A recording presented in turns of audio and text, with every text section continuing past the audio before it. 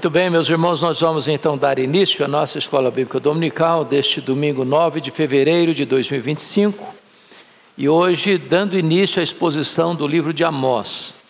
Então peço que você abra a sua Bíblia comigo neste livro profético dos profetas menores, Amós. Hoje eu não vou fazer exposição de um texto. Meu propósito nesta manhã é fazer a introdução do livro. Então nós vamos fazer mais uma análise panorâmica do livro, uma introdução da obra, para então no outro domingo nós seguirmos na exposição propriamente dita, tá bom? Então nós vamos ler agora Amós capítulo 1, versos 1 e 2 apenas, e trabalhar a introdução deste livro. Todos aí já antenados, ok? Então vamos lá. Palavras que em visão vieram a Amós, que era entre os pastores de Tecoa, a respeito de Israel, nos dias de Uzias, rei de Judá, e nos dias de Jeroboão, filho de Joás, rei de Israel, 2 anos antes do terremoto. Ele disse: o Senhor rugirá de Sião, e de Jerusalém fará ouvir a sua voz.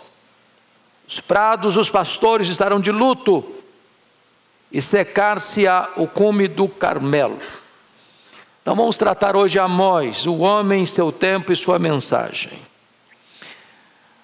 É curioso que Amós é de Tecoa, e Tecoa está lá perto de Jerusalém, em Judá. E Deus o levanta para ser profeta no reino do norte. Parece uma invasão de território. E chegou um momento em que ele foi proibido de pregar no norte. E quem o proibiu diz: volta lá para a sua terra, volta lá para o sul, volta lá para onde você nasceu. Por que você veio de lá para cá? Então é muito curioso que às vezes Deus levanta um profeta que não é da própria terra. Deus tira o camarada de uma região e envia para outra para ser profeta lá, em vez de ser profeta aqui onde nasceu. É o caso aqui de Amós. O livro de Amós, meus irmãos, é considerado um dos profetas menores. Quando você lê profetas maiores, profetas menores, não tem a ver com a importância desse profeta.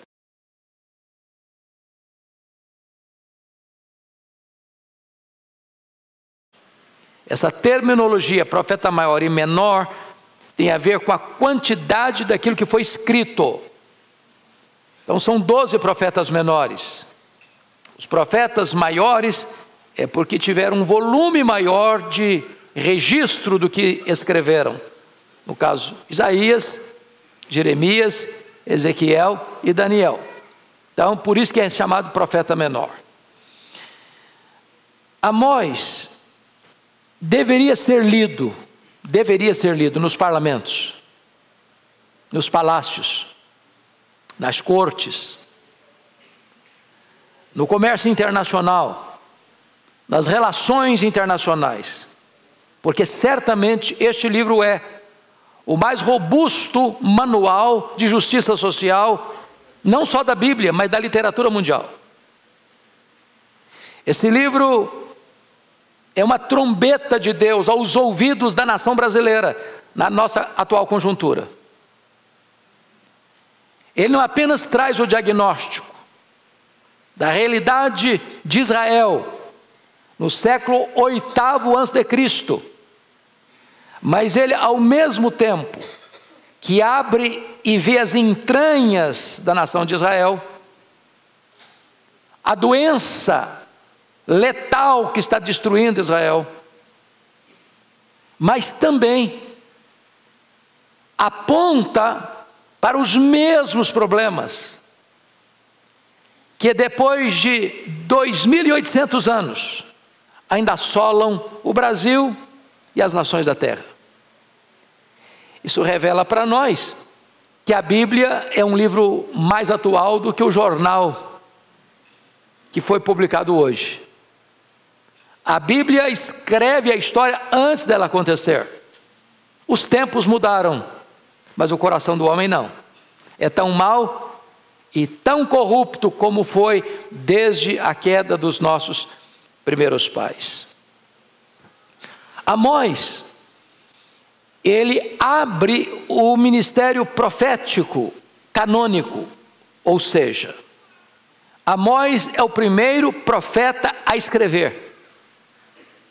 Quem inaugura o profetismo em Israel, basicamente, é Elias, né? Sucedido por Eliseu. Nós temos alguns outros profetas que tiveram uma importância, como Natã, o profeta Aías, mas Amós é o primeiro profeta a escrever.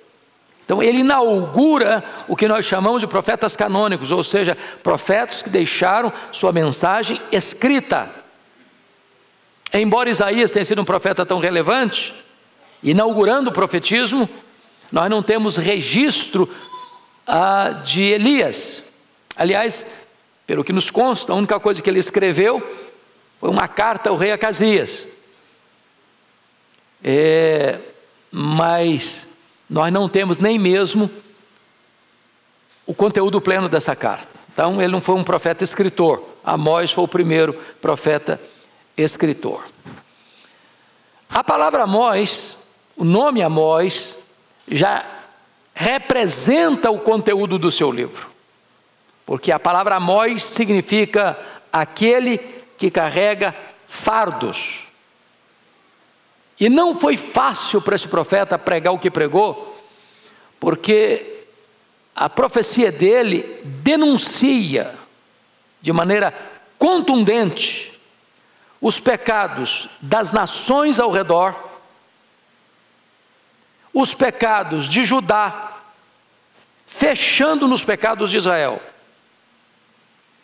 Então, do ponto de vista profético, de denúncia dos pecados, Deus adota a metodologia através de Amós, de fora para dentro. Ou seja, o Deus a quem servimos não pode ser reduzido à religião, não pode ser limitado a aspectos espirituais apenas da igreja. Deus se importa com os acordos internacionais, Deus se importa com as decisões tomadas nos palácios, Deus se importa com as decisões tomadas nas cortes, Deus está interessado no comércio internacional, na política internacional. Deus é o Senhor do universo, Ele é o Rei do mundo inteiro, Ele manda no mundo inteiro. Então Amós não tem essa visão estreita de que Deus só tem a ver com as coisas da igreja, que aqui que está lá fora da igreja, o comércio, a indústria, a política, a economia, a vida social, as decisões dos magistrados, isso não tem nada a ver com Deus, tem tudo a ver com Deus. Deus interfere em tudo isso. Então, a mensagem dele é uma mensagem de fardo, e ele carrega esses fardos. Ele não prega daquilo que não, eu estou pregando, mas eu não tenho nada a ver com isso, não. Ele é a própria síntese desses fardos que ele carrega e proclama. Esse homem é curioso porque ele é um pastor. Está lá em capítulo 7, verso 14, desse livro de Amós, que quando ele foi proibido de pregar, lá no Reino do Norte, versículo 12, então Amazias disse a Amós: vai-te, ó vidente, foge para a terra de Judá, e ali coma o teu pão, e ali profetiza, mas em Betel, daqui por diante já não profetizarás, porque é o santuário do rei e o templo do reino. Ou seja, não vem meter o bedelho aqui no nosso canto não, aqui quem manda é o rei, aqui quem manda somos nós, e você não é daqui, então volta para a sua terra. Só que ele não fez isso não, ele engrossou mais o caldo ainda, dobrou a aposta, e foi mais contundente ainda. Então é um homem que carrega fardos, e a mensagem dele não é fácil. Versículo 14, capítulo 7, ele respondeu: portanto assim diz o Senhor. Não, desculpa, eu estou lendo, é isso mesmo, olha comigo aí, versículo 14, respondeu Amós e disse a Amazias: eu não sou profeta, nem discípulo de profeta, mas boeiro e colhedor de sicômoros, ou seja, um pecuarista e um agricultor. Ele não era o cara da cidade, ele era o cara da região rural. Mas ele está lá em Samaria, ele está lá em Betel, ele está lá nos centros nevrálgicos da religião e do poder político do território de Israel, denunciando os pecados daquela nação. Bom, então vamos aqui olhar alguns pontos. Primeiro, vamos entender o tempo em que Amós profetizou. Estou falando do século 8º antes de Cristo. Quem está governando aqui em Judá? Quem está governando aqui em Israel? A tribo o reino do norte, para onde ele está profetizando. É muito importante entender isso. Porque o verso 1 já nos informa que ele profetizou nos dias de Uzias. Uzias foi um rei próspero em Judá. Governou Judá, Jerusalém, durante 52 anos. Tanto é verdade que com a morte dele foi o chamado de Elias. Está lembrado disso? No ano da morte do rei Uzias, eu vi o Senhor assentado sobre um alto e sublime trono. E quando esse rei morreu, a nação ficou de luto, porque era um grande homem, um grande rei, um grande monarca, um grande administrador, que granjeou fortunas e riquezas.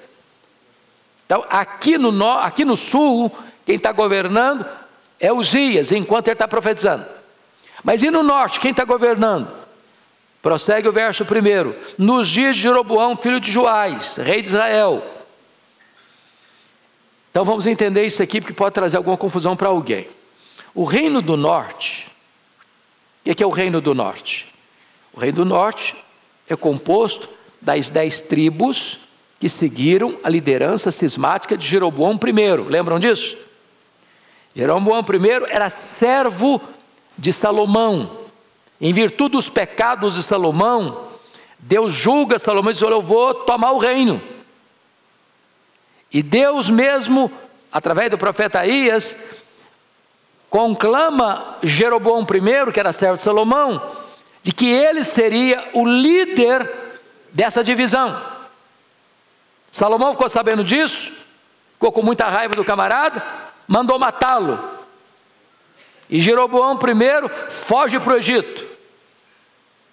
Quando Salomão morreu, e o filho do Salomão, Roboão, assume o governo, esse Jeroboão volta para Israel, reúne o povo, como líder do povo, chega para Roboão e diz assim: olha, Roboão, o seu pai viveu nesse luxo todo, nessa pompa toda, mas quem pagou a conta fomos nós. Nós não aguentamos mais pagar imposto. Esses tributos estão pesados demais, nós estamos com o pescoço esfolado, nessa canga pesada. Então, se você prometer para nós que vai aliviar a carga tributária, nós estamos com você. Esse problema de imposto alto, de muito imposto, o Brasil não vive, então esse é um problema que não tem aplicação para cá. Então o que acontece? O rei Roboão, filho de Salomão, insensatamente, não atende o povo, não atende o pedido do povo, e das 12 tribos, 10 delas seguiram a liderança de Jeroboão. Só chamava Jeroboão. Nós chamamos de Jeroboão I, porque surge agora esse aqui, que nós chamamos de Jeroboão II, certo? Para não confundir os dois Jeroboões. Não sei nem se eu falei o plural certo, Jeroboão. Tem problema. Tem problema. O certo é que esse Jeroboão I adota uma política. Qual política? Ele entende que se os súditos dele, formados das 10 tribos, voltarem para Jerusalém, porque Jerusalém era o centro religioso de todo o território de Israel, lá estava o templo, lá estavam as festas, lá estavam os sacrifícios, lá estavam os sacerdotes, lá estava todo o aparato religioso. E ele pensou assim: os meus súditos vão me abandonar. O que ele fez? Construiu novos templos, em Dan, no norte, em Betel, no sul.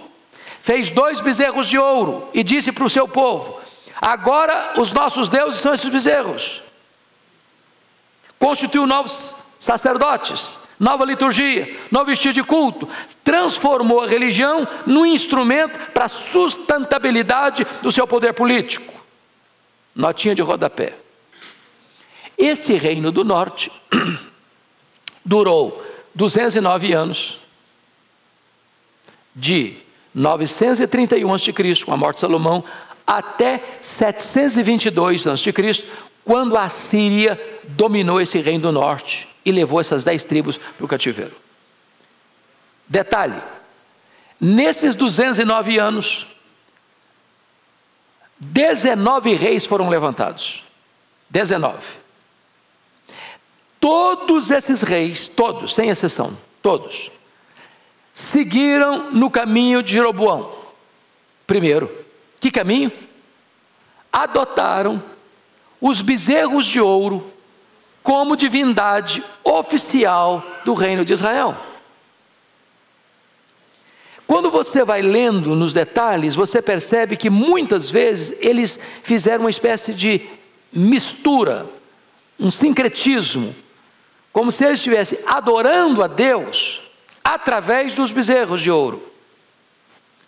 Culto que Deus rejeita e abomina. E Deus é o Espírito. E importa que seus adoradores o adorem o Espírito em verdade, foi o que Jesus declarou para a mulher samaritana. Pois bem, então, passaram-se vários reis péssimos, como Jeroboão I, depois o filho dele, Nadab, depois Baaz, depois o filho dele Elá, depois Zinri, depois Onri, depois Acabe, depois Acasias, e assim por diante. Agora nós estamos falando do rei Jeroboão II. Ele foi mau, fez o que era mal perante o Senhor, mas foi o melhor dos maus reis de Israel. Foi o rei que governou mais tempo também em Samaria. Quanto tempo ele governou? 41 anos. Por que foi o melhor?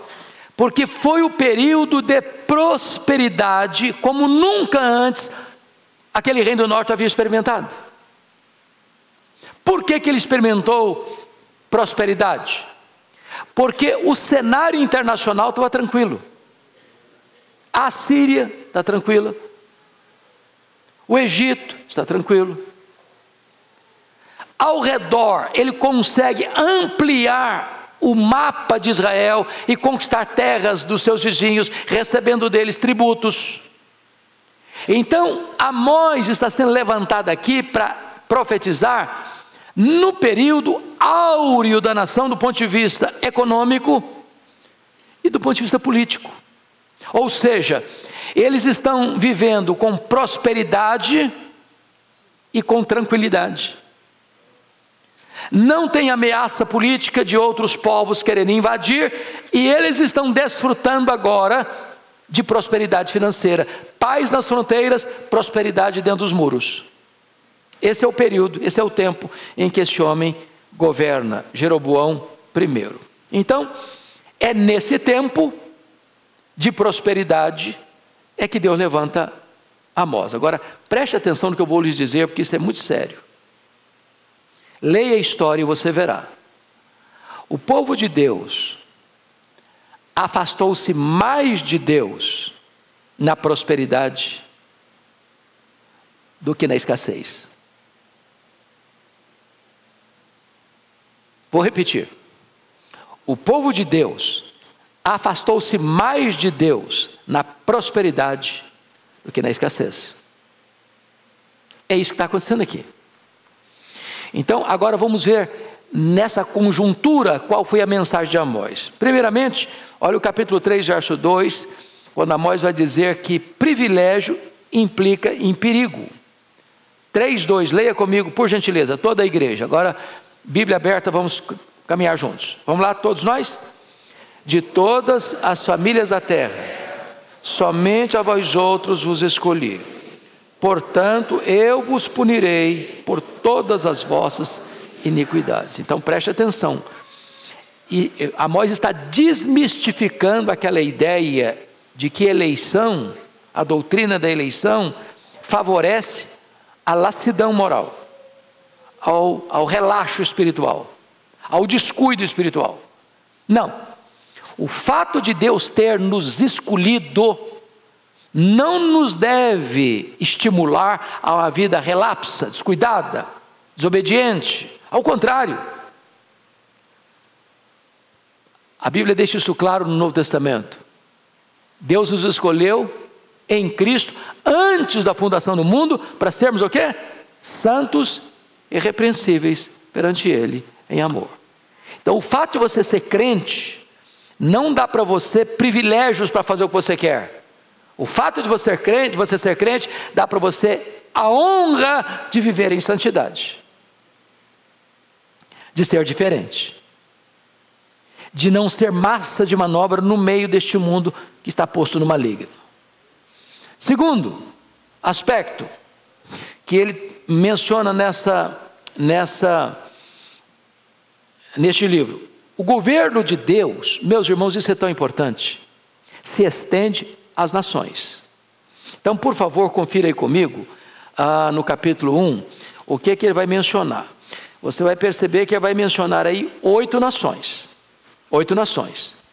E ele vai pontuar um pecado específico de cada nação e vai apontar o juízo de Deus a essa nação. Se não, vejamos, começando aí com o versículo 3, ele denuncia os pecados de Damasco, que é a capital da Síria. Qual o pecado de Damasco? Crueldade na guerra. Eles trilharam a Gileade com trilhos de ferro. Mas guerra vale tudo. Não vale tudo. Guerra não vale tudo. Deus está lá, exigindo critério humano até na guerra. Aí você vai ver, por favor, versículo 6, Gaza, que é a capital da Filistia, comércio de escravo, porque levaram em cativeiro todo o povo para o entregar a Edom. Edom era uma espécie de comprador de escravos. Notinha de rodapé.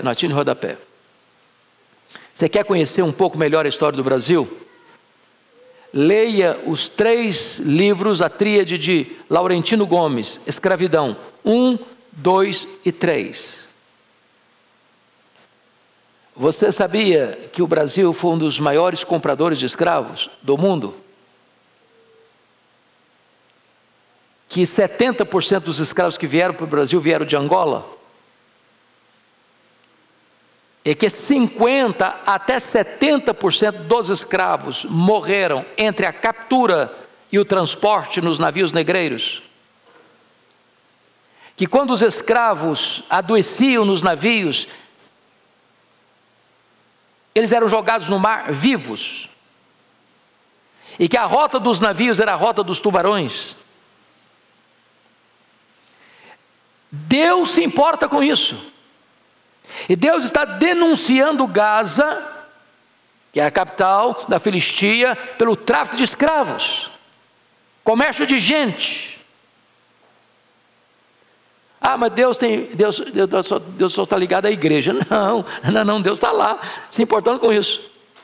Terceiro, Tiro, capital de Sidom. Olha aí comigo, versículo 9. Deus está denunciando a quebra de aliança, porque entregaram todos os cativos a Edom e não se lembraram da aliança de irmãos. Além de quebra aliança para oprimir, para escravizar, para ter lucro com vida humana. Deus está irado com isso. Olha comigo que Deus vai denunciar a Edom. Olha aí, versículo 11. O problema da vingança implacável, porque perseguiu seu irmão a espada e baniu toda a misericórdia, e a sua ira não cessou de despedaçar, e reteve a sua indignação para sempre. O que ele está falando aqui? Vocês estão lembrados quando Nabucodonosor, o exército caldeu, entrou em Jerusalém, destruiu Jerusalém? Alguns judeus tentaram escapar, fugindo. O que os edomitas fizeram? Ficaram nas encruzilhadas, matando os que fugiam, ou capturando-os e entregando-os à Babilônia, e gritando a plenos pulmões: arrasai, arrasai, arrasai Jerusalém até os fundamentos. E Deus ficou irado com isso, porque Deus não suporta o quê? Violência, injustiça, opressão, Vingança. Olha o que vai acontecer com Amon. Confira aí comigo, versículo 13. Problema da violência brutal. Rasgaram o ventre as grávidas de Gileade para lhe dilatarem seus próprios limites. Uma coisa é entrar para querer ampliar os limites geográficos da sua nação. Outra coisa mais grave ainda é o método escolhido para isso. Eles entravam, pegavam as grávidas, rasgavam o ventre delas. Uma violência brutal. E Deus está irado com isso. Olha o pecado de Moabe, capítulo 2, versículo 1. Porque queimou os ossos do rei de Edom até os reduzir a causa. Isso aqui é vingança. O cara morreu e ele não está satisfeito ainda. Vai lá e exuma o cadáver, traz de volta o defunto e queima o cara até queimar os ossos. É uma ira que não se aplaca. Deus está irado contra isso. Agora, olha que curioso, olha o método de Amós. Ele está profetizando aqui em Israel, aqui no norte, certo? Então ele está denunciando os pecados das nações à volta. E eu acho que os israelitas bateram palma, é isso mesmo, parabéns, esse povo está encrencado mesmo com Deus, e bota a mão mesmo aí, Deus, pesa a mão sobre eles. Agora ele começa a fechar o cerco. Porque aqui ele vai denunciar o pecado agora, ele vai denunciar o pecado de Judá. Capítulo 2, verso 4. Porque rejeitaram a lei do Senhor e não guardaram os seus estatutos, antes as suas próprias mentiras os enganaram, e após elas andaram seus pais. Ainda está tudo bem para eles, é Judá, é o reino concorrente, é aqui no sul, tudo bem, devem ser denunciados mesmos. Mas, como um bom orador, Amós deixa o último argumento, como o mais poderoso argumento, para fechar o cerco com quem? Com Israel. As 10 tribos para as quais ele está profetizando. E qual o pecado que ele denuncia? Olha aí o versículo 6 do capítulo 2. Porque os juízes vendem o justo por dinheiro, e condenam o necessitado por causa de um par de sandálias. Suspiram pelo pó da terra sobre a cabeça dos pobres, e pervertem o caminho dos mansos. Um homem e seu pai coabitam com a mesma jovem, e assim profanam o meu santo nome. E se deitam ao pé de qualquer altar sobre roupas empenhadas, na casa do seu Deus, bebem o vinho dos que foram multados. O que ele está denunciando aqui basicamente? 2 coisas. Injustiça nos tribunais e imoralidade sexual. Chama a sua atenção mais uma vez para esse ponto. Às vezes, irmãos, a gente pensa que Deus só está interessado nos templos evangélicos. O que acontece aqui dentro? O que acontece do lado de fora, lá é outra coisa. Lá Deus não está tomando conta não. Lá Deus não se importa não. E se importa sim. Nós não podemos reduzir o nosso Deus para dentro dos templos. O nosso Deus está nas ruas. Nosso Deus está no comércio. Nosso Deus está na indústria. Nosso Deus está no palácio. Nosso Deus está nas casas de leis. O nosso Deus está lá nas cortes. Nosso Deus está nas decisões de pactos internacionais. Ele é Deus de toda a terra. Ele é justo. Pois bem, então, veja você que ele está denunciando a injustiça social, mas ele está denunciando mais.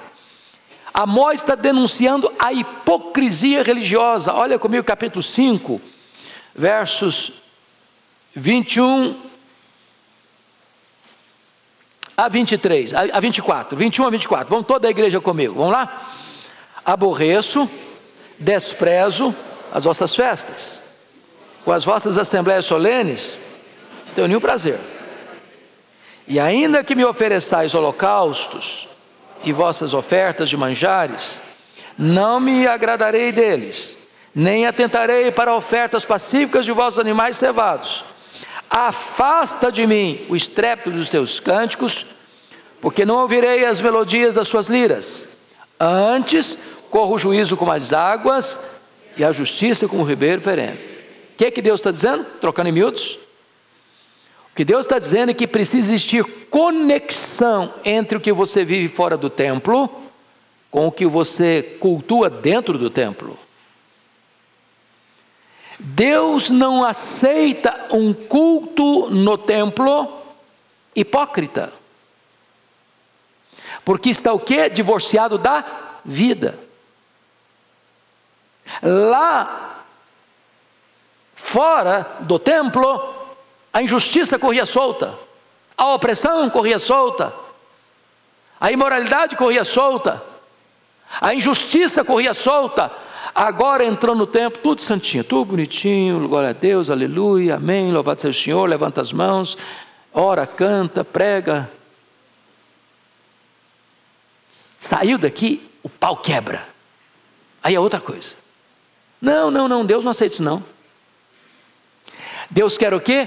Consistência, coerência, culto verdadeiro. Note comigo outro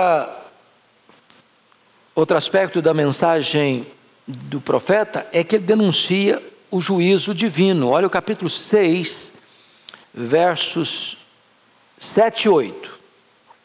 Põe aí na tela para a gente ler. 6, 7, 8. Vamos comigo? Portanto, agora ireis em cativeiro entre os primeiros que forem levados cativos, e cessarão as pândegas dos espreguiçadores. Jurou o Senhor Deus por si mesmo, o Senhor Deus dos exércitos, e disse: abomino a soberba de Jacó e odeio os seus castelos, e abandonarei a cidade e tudo que nela há. Meus irmãos, Deus está trazendo a palavra de juízo, de condenação à nação e de um cativeiro irreversível na hora do maior luxo, da maior riqueza, da maior pompa, das maiores conquistas, dos maiores avanços. Olha isso. Deus está sentenciando a nação agora já ao cativeiro. Porque a Bíblia, lá no Novo Testamento, nos ajuda a entender isso. O que o homem semear, se ele ceifará. De Deus não se zomba. Agora, isso faz parte do profetismo de Israel.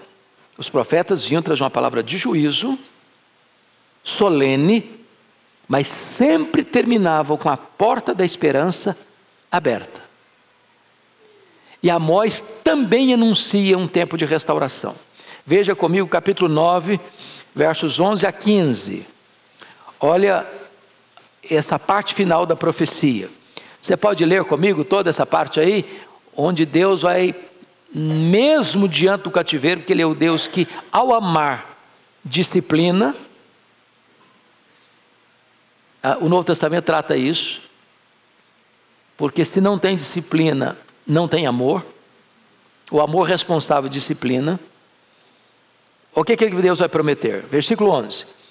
Naquele dia, levantarei o tabernáculo caído de Davi, repararei as suas brechas, e levantando das suas ruínas, restaurá-lo-ei como fora nos dias da antiguidade, para que possua o restante de Edom e todas as nações que estão chamadas pelo meu nome, diz o Senhor, que faz estas coisas.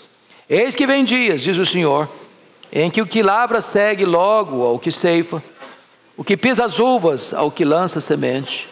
Os montes destilarão mosto, e todos os outeiros se derreterão. Mudarei a sorte do meu povo de Israel, reedificarão as cidades assoladas, e nelas habitarão. Plantarão vinhas e beberão o seu vinho, farão pomares e lhes comerão o fruto. Plantá-los-ei numa sua terra, e dessa terra que lhes dei, já não serão arrancados, diz o Senhor teu Deus. Quando que Deus vai fazer isso? Depois de aplicar a disciplina. Bom, são mensagens dele. Então, vamos olhar aqui agora um outro cenário que Amós aborda, que é o cenário político. Então, por favor, preste atenção nisso. Estou falando de Jeroboão II, século VIII, 41 anos no governo. Nas fronteiras não tem perigo de invasão, tem paz nas fronteiras. Ao contrário, é Israel que conquista mais território. Está lá em 2 Reis, capítulo 14. Aqui dentro dos muros, dinheiro à solta, correndo para lá e para cá. Mas dinheiro na mão de quem? Está correndo na mão de quem? De um grupo privilegiado. Favorecido por quem? Pelos juízes das cortes, que nas demandas jurídicas favorecem quem? Os poderosos. Os poderosos. Se tem alguma semelhança com o Brasil, com o mundo, é porque o mundo mudou. A sociedade mudou, mas o coração do homem é o mesmo. Não criemos fantasia, triunfalismo, expectativas que não vão ser atendidas, porque o homem é rendido ao pecado. Essa é a realidade, esse é o diagnóstico, esse é o raio-x da nossa sociedade. Olha comigo, nessa conjuntura, a exploração dos necessitados, a injustiça nos tribunais, capítulo 6, verso 1, olha comigo. Vamos juntos? Ai dos que andam à vontade em Sião, dos que vivem sem receio no monte de Samaria, homens notáveis da principal das nações, as quais vem a casa de Israel. Verso 2: passai a Caune e vede, e dali ide a grande Ramate, depois descei a Gate dos filisteus. Sois melhores do que esses reinos? Ou será maior o seu território que o vosso território? Verso 3: vós que imaginais estar longe o dia mau, fazeis chegar o trono da violência, que dormis em camas de marfim, vos espreguiçais sobre o vosso leito, e comeis os cordeiros do rebanho, e os bezerros do cevadouro, que cantais à toa o som da lira, e inventais como Davi instrumentos músicos para vós mesmos, que bebeis o vinho em taças, e vos ungis com o mais excelente óleo, mas não vos afligis com a ruína de José. Ora, versículo 7: portanto, agora ireis em cativeiro, entre os primeiros que foram levados cativos, cessarão as pândegas dos espreguiçadeiras. Então, como é que o povo está vivendo? A elite, vivendo, palácios, camas de marfim. Tem gente aí, o cara deita numa cama bem macia, tem gente lá que não tinha ventilador nem ar-condicionado na época, os caras banando o cara, arzinho fresquinho para ele, e o camarada está no crista da onda, com muito dinheiro, com muita riqueza, com muita pompa. Se tem demanda, já compraram os juízes já estão comprados mesmo, conforme o capítulo 2, olha aí o capítulo 2 comigo, o problema grave que está acontecendo, versículo 6, 2:6, olha aí: assim diz o Senhor, por 3 transgressões de Israel, e por 4 não sustarei o castigo, porque os juízes vendem o justo por dinheiro, e condenam o necessitado por causa de um par de sandálias. Irmãos, isso é muito grave. E um juiz condenar o injusto, condenar o criminoso, condenar o que violou a lei, é missão de quem? Do juiz. Qual o papel de um tribunal? Fazer justiça. Mas o que está acontecendo aqui é o contrário. Vejam vocês, o juiz está no plural, não é um só não, é o conjunto, é a máquina, é o sistema. Os juízes vendem o justo, não é o injusto. E vendem por quê? Por dinheiro. É o suborno. Já pensou o que é isso? E condena o necessitado por ninharia. Um par de sandálias. Então, essa era a conjuntura política da época de Amós. Mas vamos ver o contexto econômico. Vamos dar uma olhadinha. Veja comigo, capítulo 3,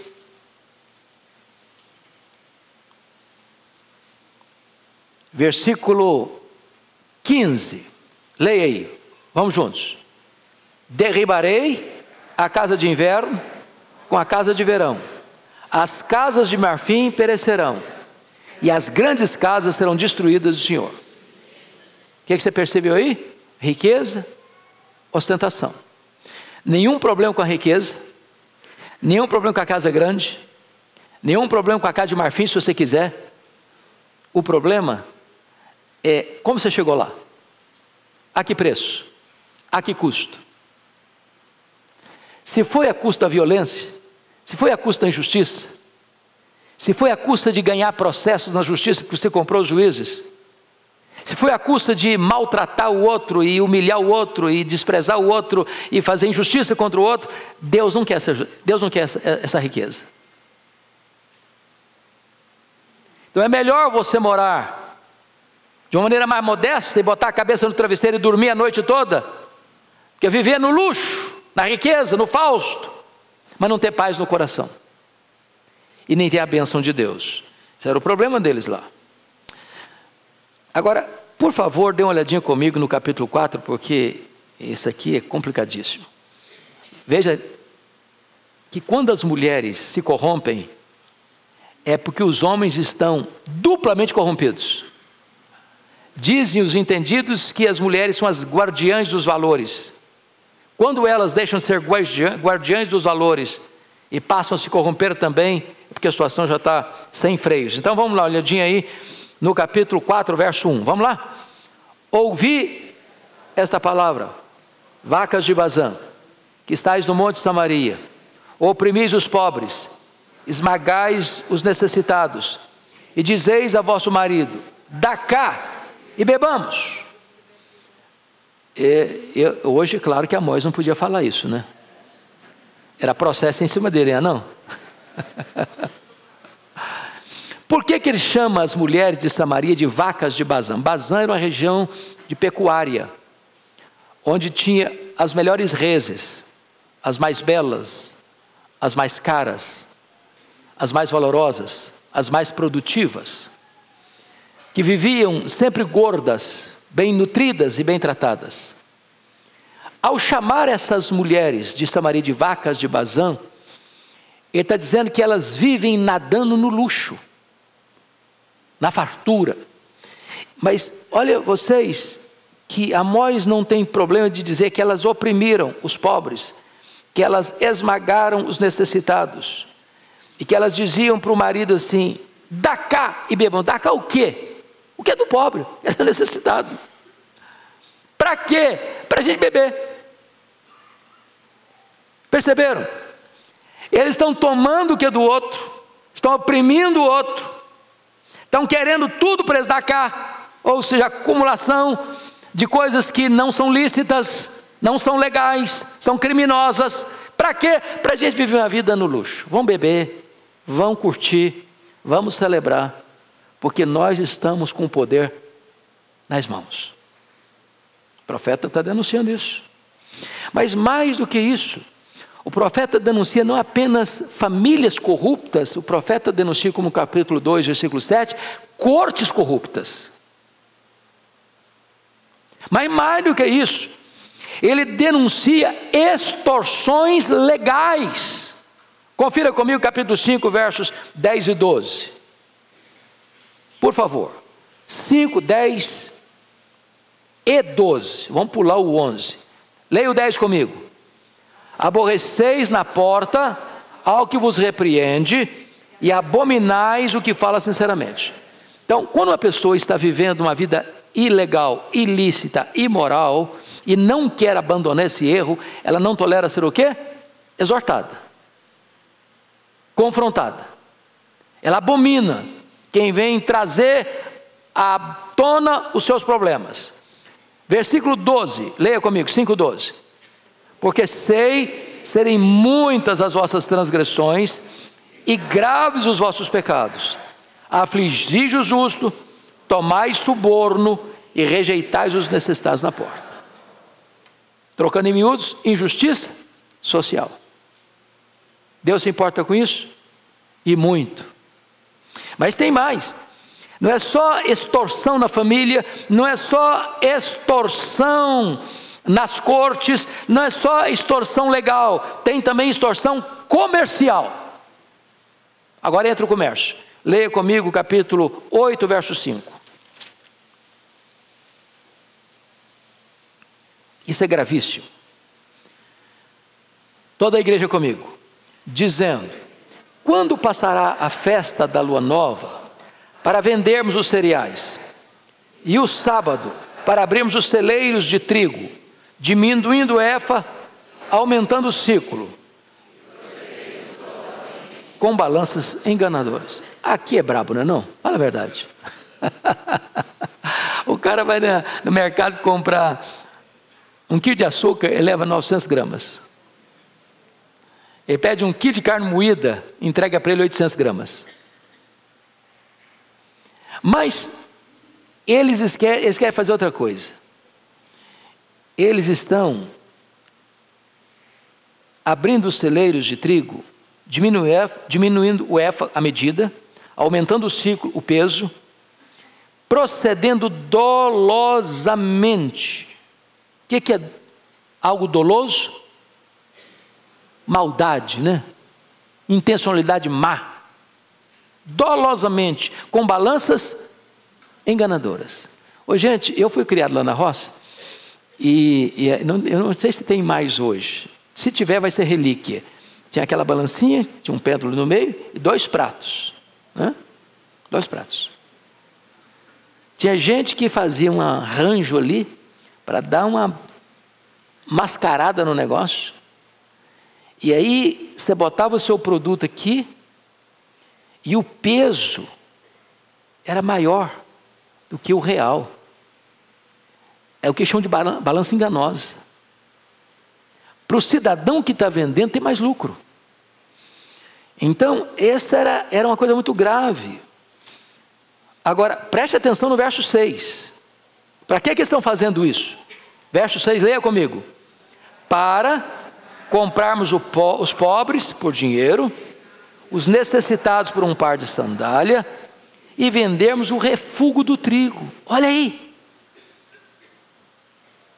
Estão entregando menos, estão cobrando mais, estão entregando um produto de baixa qualidade. Gente que já tem muito dinheiro, gente que não tem o coração saciado por nada, e quer mais, e quer mais, e quer mais. Não importa de onde vem, do pobre, do necessitado, eu quero mais, quero para mim, porque eu preciso beber, eu preciso curtir, eu preciso ir num restaurante e pedir uma cartela de vinho e gastar 30 mil reais numa garrafa de vinho. Não importa se o dinheiro que entrou vem no cara coitadinho que levanta 5 da madrugada para ganhar salário mínimo. Deus abomina a injustiça social e Amós está denunciando isso. Agora a situação moral? A situação moral é que as mulheres viviam de forma fútil, querendo beber, os juízes vendiam sentenças para oprimir ainda mais, os ricos dormiam em camas de marfim, com vinhos caros, com música, e tramando ainda mais, oprimir mais os pobres. Agora, como é que era então a realidade espiritual? Depois dessa bagunça toda, como é que fica? Agora, porque tem quem está indo adorar lá, esse time aqui, entendeu? Não estou falando de gente ateu, né? Não vai igreja, eles iam adorar, eles iam cultuar, eles iam para a igreja. Como é que era a vida espiritual deles? Então dê uma olhadinha. Eles tinham 2 templos, estou falando do norte, eles tinham 2 templos rivais ao templo de Jerusalém. Um ficava lá no norte, em Dan. Outro ficava lá no sul, em Betel. Qual era o Deus que estava lá?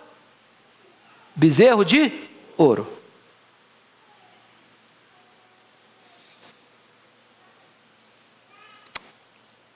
Mais tarde, vocês se lembram disso, eles tiveram um outro problema espiritual.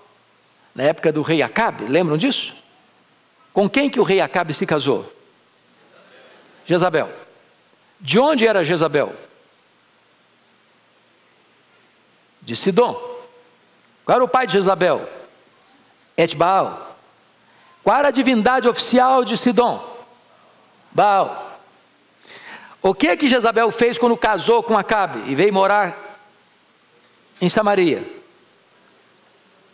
Trouxe com ela a sua religião. Esse é um dos notinha de rodapé. Esse é um dos grandes dramas hoje do sistema imigratório nas nações, ou dos refugiados das nações. Porque quando o cidadão entra num país, ele entra com toda a sua bagagem, com toda a sua cultura, com toda a sua religião, com todos os seus valores, sejam certos ou errados. E qual é a tendência?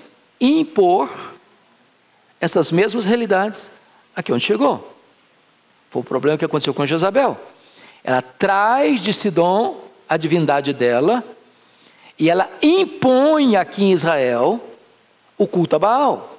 Mas não apenas impõe no sentido da convencimento. Não. Ela impõe a força, porque ela é primeira dama. E ela usa a espada. E ela usa a ameaça. E aqueles que se levantam como profetas de Deus para resistir isso, ela persegue e mata. E o baalismo se tornou uma segunda divindade em Israel, além dos bezerros de ouro que nunca se apartaram deles, agora tem mais um outro Deus a quem servem, é Baal, que foi, de certa forma, eliminado de Israel por Jeú, que destruiu a dinastia de Onri, pai de Acabe. Mas agora a religiosidade deles ainda está nessa situação toda, e Deus não pode aceitar isso, conforme o capítulo 4, versos 4 e 5. Confira aí comigo. 4, 4 e 5.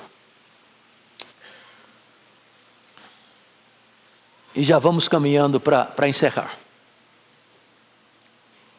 Toda a igreja comigo, 4, 4 e 5. Vamos lá? Vinde a Betel e transgredi, a Gilgal e multiplicai as transgressões. E cada manhã trazei os vossos sacrifícios, de 3 em 3 dias os vossos dízimos. E ofereceis sacrifícios de louvores do que é levedado, e apregoai ofertas voluntárias, e publicai-as, porque disso gostais, ó filhos de Israel, disse o Senhor. É dramático isso, não? Porque ele está sendo irônico aqui. Está dizendo, vem para Betel, vem para a igreja, e vocês vão pecar mais ainda. Vem para Gilgal, vocês vão multiplicar mais as transgressões de vocês. Por que ele está dizendo isso? Porque ele diz o seguinte, que essas práticas religiosas deles, eles faziam para quê? Para agradar a Deus? Para honrar a Deus? Não. Sabe por que eles faziam isso? Porque eles gostavam disso. Estão fazendo culto para quem? Para eles mesmos. Aqui é um alerta para você e para mim. Para que eu vim para a igreja? Porque eu gosto? Bom, eu gosto. Mas essa é a minha motivação maior? Eles não estavam vindo para glorificar a Deus. Eles não estavam vindo para ouvir a palavra de Deus. Eles estavam vindo para obedecer à voz de Deus. Eles estavam vindo para acertar a vida com Deus. Eles estavam vindo porque gostavam disso, apenas para continuar nas práticas dos mesmos pecados. Aliás, eles multiplicavam essas práticas. A religião estava corrompida. Então notem, para encerrar, o que Amós enxerga na nação, no diagnóstico, para começar a profecia dele? Primeiro, uma nação que está vivendo prosperidade material, associado com injustiça social. A riqueza é uma bênção. A riqueza é uma dádiva de Deus. Não é pecado ser próspero, não é pecado ser rico. Como não é virtude em si mesmo ser pobre. Então, você pode ser um rico piedoso, você pode ser um pobre, miseravelmente, espiritualmente falando. Um idólatra, um feiticeiro, seja o que for. Um ateu, ou zero à esquerda ou nada. Então, espiritualidade não tem a ver com dinheiro, tem a ver com o seu coração.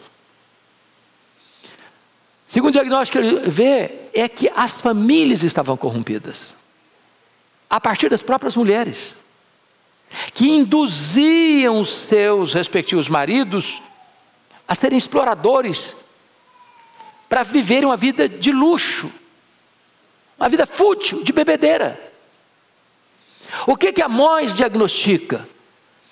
É que, em virtude das demandas legais, das injustiças sofridas na rua, no comércio, na indústria, no trabalho, ao recorrerem às cortes, os juízes já tinham a sentença pronta contra o justo, a favor dos poderosos. Então não há esperança, nem nas cortes, nem nos parlamentos, nem nos palácios, nem na religião. A nação está rendida ao pecado. Passaram-se 2.800 anos e você olha para o Brasil, o que você vê? O que você vê?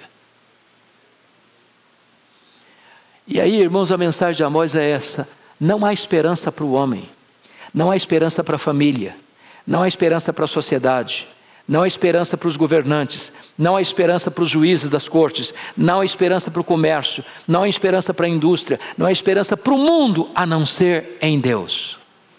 Em Deus. É necessário nós nos voltarmos para o Senhor enquanto é tempo. Eu convido você a estudar o livro de Amós em casa.